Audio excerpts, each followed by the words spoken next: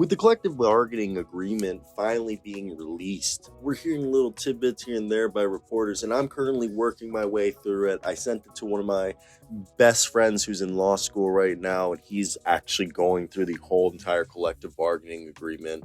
But because I'm an accredited MBA journalist, they made the collective bargaining agreement available on the website.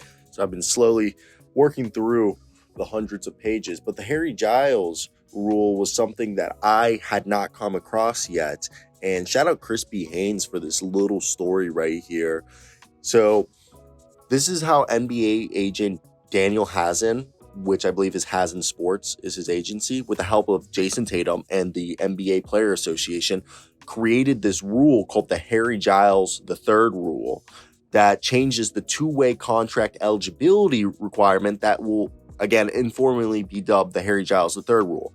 So this is the expert from the article, and it's linked down below in the description. Then we'll just get into like what my takeaway is from this and how I think this is awesome. So in the previous collective bargaining agreement, a player with less than 4 years of NBA service was eligible to sign on a two-way contract. Initially, those same parameters were set to go unchanged in the new collective bargaining agreement. Under the old guideline, Giles III wouldn't have qualified for two-way status entering the 23-24 NBA season because he had technically been on an NBA roster for 4 seasons. However, he missed the entirety of the 2017-18 season, which was his rookie year, with the Sacramento Kings due to knee injuries or issues, basically. And that season officially counted as his first of the 4 years of NBA service. However, Giles' agent, Daniel Hazan, challenged that bylaw and reached out to the league and the National Basketball Players Association to make the case that his client, Harry Giles III, or any other player should not have a season counted against them if they did not play a full season in their first 3 years.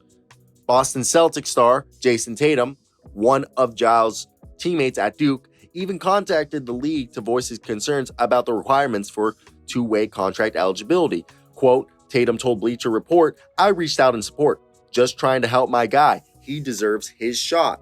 And that's the piece right there. You can check out the rest. And what I think right here, when you look at it, Harry Giles is a guy who people forget was the #1 recruit. If the knees hadn't hampered him, he still would have probably been a top 5 pick. Okay, he still won in the first round.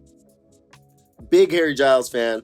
And he's a guy who last played for the Agua Caliente Clippers of the NBA in the G League.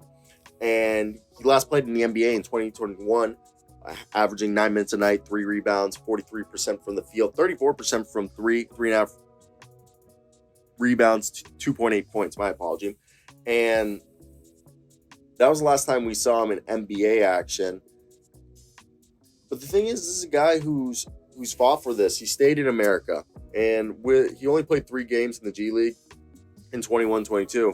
So hopefully he gets a summer league invite, and this all comes out, and he's able to make the most of it. Let me hear your thoughts down below.